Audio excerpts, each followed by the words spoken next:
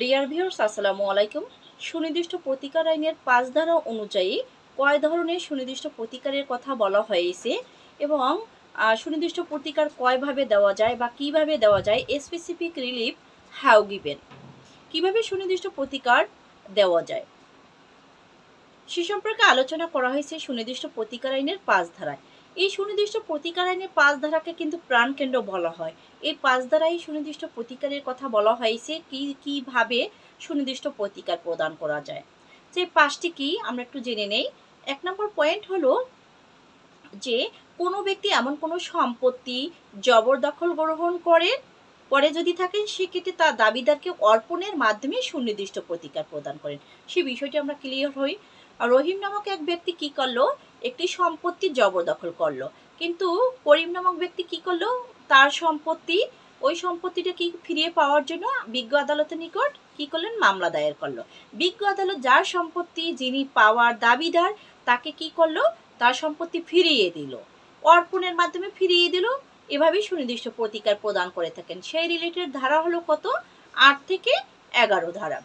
২ নম্বর point হলো যে কাজ করার বাধ্যবাধকতা রয়েছে সে কাজ করার জন্য কি করে আদেশ প্রদান করে সুনির্দিষ্ট প্রতিকার প্রদান করে থাকেন। যেমন ধরুন আপনি একটা চুক্তি করেছেন, আপনার কাজ হলো আপনি একটা বৈধ চুক্তি করেছেন, লিগাল কন্ট্রাক্ট করেছেন, সেক্ষেত্রে আপনার কাজ হলো ওই চুক্তিটি সম্পাদন করা। কিন্তু আপনি যদি চুক্তিটি সম্পাদন না করেন, সেক্ষেত্রে অপরপক্ষ কি করবেন, বিজ্ঞ আদালতের কাছে প্রতিকার দাবি করে চুক্তি সম্পাদনের মোকদ্দমা দায়ের করবেন। সেক্ষেত্রে বিজ্ঞ আদালত কি করবেন, চুক্তিটি সম্পাদনের জন্য আদেশ দেবেন, কারণ এটা আপনার কাজ করার জন্য বাধ্যবাধকতা রয়েছে, সেহেতু সে কাজ করার জন্য কি করবেন, বিজ্ঞ আদালত নির্দেশ দেবেন। সেই রিলেটেড ধারা হলো ১২ থেকে ৩০ ও ৫৫ ধারা। ৩ নম্বর পয়েন্ট হলো যে কাজ না করার জন্য বাধ্যবাধকতা রয়েছে সে কাজ করা থেকে বিরত রাখার মাধ্যমে সুনির্দিষ্ট প্রতিকার প্রদান করে থাকেন। এখন যে কাজ না করার জন্য নিষেধাজ্ঞার মাধ্যমে যে প্রতিকার প্রদান করে থাকেন, আমরা সাধারণত মনে রাখার জন্য বলে থাকি নিষেধাজ্ঞার মাধ্যমে যে প্রতিকার প্রদান করে থাকেন সেটাই হলো কি নিরোধক প্রতিকার।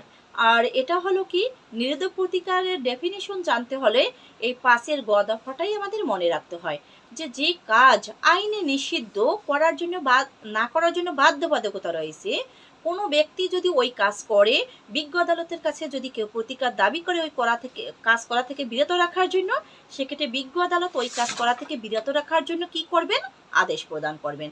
সেই রিলেটেড ধারা কত, যে ৬ ধারা, ৫২ ধারা থেকে ৫৪ ধারা, ৫৬, ৫৭। তারপরে আসি ৪ নম্বর পয়েন্ট, ক্ষতিপূরণের রায় প্রদান ব্যতীত সুনির্দিষ্ট প্রতিকার আইনে ক্ষতিপূরণের রায় প্রদান করেন না। এই ক্ষতিপূরণের রায় প্রদান ব্যতীত পক্ষগণের অধিকার নির্ণয় ও ঘোষণামূলক ডিক্রির মাধ্যমে কি করে থাকেন, সুনির্দিষ্ট প্রতিকার প্রদান করে থাকেন।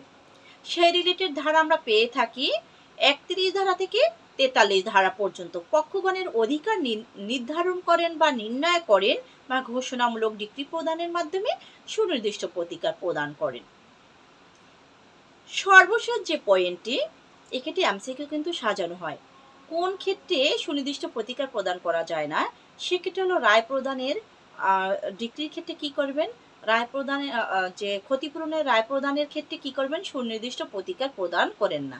আর একটা আমরা ৭ ধারায় পেয়ে থাকি, দণ্ডমূলক আইন কার্যকর করার ক্ষেত্রে বা বলবৎ করার ক্ষেত্রে সুনির্দিষ্ট প্রতিকার প্রদান করেন না। সর্বশেষ যে পয়েন্টটি, যে রিসিভার নিয়োগের মাধ্যমে, ৫ নম্বর পয়েন্ট হলো কি রিসিভার নিয়োগের মাধ্যমে, যে একটি বিষয় নিয়ে আপনাদের ভিতরে দ্বন্দ্ব, ওই বিষয়টির ক্ষেত্রে যদি রিসিভার নিয়োগ করে আদালত কি করতে পারেন, সুনির্দিষ্ট প্রতিকার প্রদান করতে পারেন। সেই রিলেটেড ধারা হলো কত, সুনির্দিষ্ট প্রতিকার আইনে ৪৪ ধারা আর দেওয়ানি কার্যবিধি ৪০ আদেশে রিসিভার নিয়োগ সম্পর্কে উল্লেখ করা হয়েছে। তাহলে আমরা পেয়েছি কি, যে কয়ভাবে সুনির্দিষ্ট প্রতিকার প্রদান করা যায়, যদি এমসিকিউতে আসে ৫ ভাবে সুনির্দিষ্ট প্রতিকার প্রদান করা যায়। ইংলিশের টাইটেলটাও আসতে পারে, স্পেসিফিক রিলিফ হাউ গিভেন, কিভাবে সুনির্দিষ্ট প্রতিকার প্রদান করেন, এটা সুনির্দিষ্ট প্রতিকার আইনের কত ধারায়, ৫ ধারায়। আবার একটু সহজভাবে মনে রাখতে পারেন টেকনিকের, ধারা ৫, ৫টি বিষয়ের কথা বলা হয়েছে, এভাবে মনে রাখতে পারেন। আর এখন যদি বলা হয় যে সুনির্দিষ্ট প্রতিকার আইনে কয়টি প্রতিকারের কথা বলা হয়েছে, তখন কি মনে রাখবেন 4টি প্রতিকার। সুনির্দিষ্ট প্রতিকার হলো 5টি, আর যদি শুধুমাত্র প্রতিকারের কথা বলে সেক্ষেত্রে কয়টি? 4টি। সেগুলো আবার কি?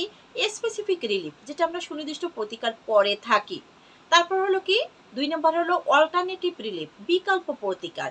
3 নম্বর হলো কি প্রিভেন্টিভ রিলিফ, নিরোধক প্রতিকার বা প্রতিরোধমূলক প্রতিকার। 4 নম্বরে হলো কি কনসিকুয়েন্টাল রিলিফ, আনুষঙ্গিক প্রতিকার। যে সুনির্দিষ্ট প্রতিকার, আমরা তো সুনির্দিষ্ট প্রতিকার আইন পড়ে থাকি। সুনির্দিষ্ট প্রতিকার জিনিসটা কি? বাদী আর্জিতে যে বিষয়টি প্রার্থনা করে বা দাবি করে, বিজ্ঞ আদালত যদি ওই প্রতিকারই প্রদান করে থাকেন, মঞ্জুর করে থাকেন, তখন তাকে সুনির্দিষ্ট প্রতিকার বলেন। আর অল্টারনেটিভ কি? যে আপনি যে বিষয়টি আদালতের কাছে যে প্রতিকারটি দাবি করেছেন, বিজ্ঞ আদালত যদি অন্য কোনো প্রতিকার প্রদান করে থাকেন, তখন তাকে বলা হয় কি অল্টারনেটিভ রিলিফ বা বিকল্প প্রতিকার। প্রিভেন্টিভ রিলিফ আমরা 6 দ্বারা ডেফিনিশন পেয়ে থাকি, যে নিষেধাজ্ঞার মাধ্যমে যে প্রতিকার প্রদান করে থাকেন তাকেই বলা হয় নিরোধক প্রতিকার বা প্রিভেন্টিভ রিলিফ। যেটা আমরা যে এই 5 ধারারই 3 নম্বর পয়েন্টে আমরা এর ডেফিনিশনটা মূল আইনে ব্যাখ্যা করা হয়েছে, আর সহজভাবে বোঝার জন্য আমরা এভাবে মনে রাখি। তারপরে হলো কনসিকুয়েন্টাল রিলিফ, যেটা আমরা 42 ধারায় যে আরও যদি কোনো দাবি করার থাকে, সে বিষয়টি দাবি করে যে ঘোষণার সাথে আরও যদি কোনো বিষয় দাবি করার থাকে, সেক্ষেত্রে কি করবেন? কনসিকুয়েন্টাল রিলিফ দাবি করতে হবে, নয়তো আপনাকে প্রতিকার প্রদান করবেন না।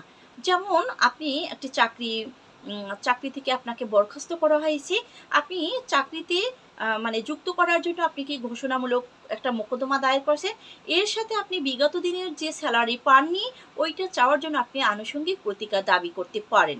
এ বিষয়টি এখন 4টি প্রতিকার হলো সুনির্দিষ্ট প্রতিকার, আর সুনির্দিষ্ট প্রতিকার মঞ্জুর করা যায় 5 ভাবে আমরা জেনেছি। এখন হলো যে এমসিকিউ কোশ্চেনটি 5 ধারা থেকে বেশি বেশি আসে, যদি প্রশ্নটি করা হয় সুনির্দিষ্ট প্রতিকার আইনের 5 ধারায় কয়টি আদেশাত্মক বিষয়ের কথা উল্লেখ করা হয়েছে, তখন হবে 4টি। 1, 2, 4, 5 এই 4টি পয়েন্ট হলো কি আদেশাত্মকমূলক। যদি বলা হয়, প্রশ্ন করা হয় এভাবে, সুনির্দিষ্ট প্রতিকার আইনের 5 ধারায় কয়টি নিষেধমূলক বা নিষেধাত্মক প্রতিকারের কথা বলা হয়েছে? একটি। সেটা কত নম্বর পয়েন্ট? 3 নম্বর পয়েন্ট, যেটার ডেফিনেশন হলো প্রিভেন্টিভ রিলিফ। তাই এভাবে আমরা 5 ধারা সম্পর্কে যদি আমরা ব্যাপক জানতে পারি, তাহলে পুরো আমরা সুনির্দিষ্ট প্রতিকার আইন সম্পর্কে আমাদের একটু জানা হবে, যে সুনির্দিষ্ট প্রতিকার আইনে কি কি সুনির্দিষ্ট প্রতিকার মঞ্জুর করে থাকে, সে বিষয় সম্পর্কে আমাদের জানা থাকে। আশা করি সকলেই বুঝতে পেরেছেন। আর আমার ভিডিওটি ভালো লাগলে আপনারা শেয়ার করে দিবেন বিভিন্ন আইন রিলেটেড যে গ্রুপগুলো রয়েছে। আর আমার এনএল পয়েন্ট ইউটিউব চ্যানেল আছে, চ্যানেলটি সাবস্ক্রাইব করে আমার সাথেই থাকবেন। আইন রিলেটেড বিভিন্ন ভিডিও দেওয়া আছে, আপনারা দেখলে উপকৃত হবেন। বিভিন্ন সমসাময়িক যে তথ্যগুলো থাকে আপডেট, ওই বিষয় নিয়ে আলোচনা করা হয়। আল্লাহ হাফেজ।